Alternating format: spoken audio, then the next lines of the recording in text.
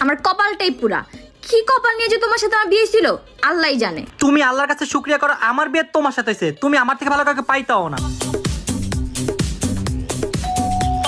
সারাদিন বৈশা না থেকে কাজ টাজ কিছু করো। যাও, কে জানি আসছে, গেট খোলো।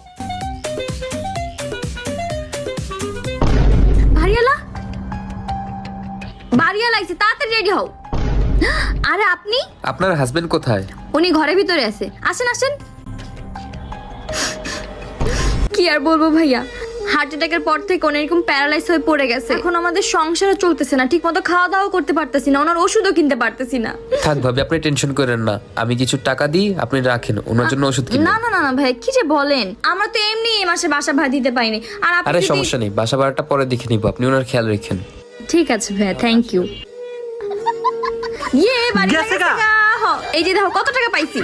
তুমি আর আমি শপিং মলে টাকা দিয়ে চলো চলো।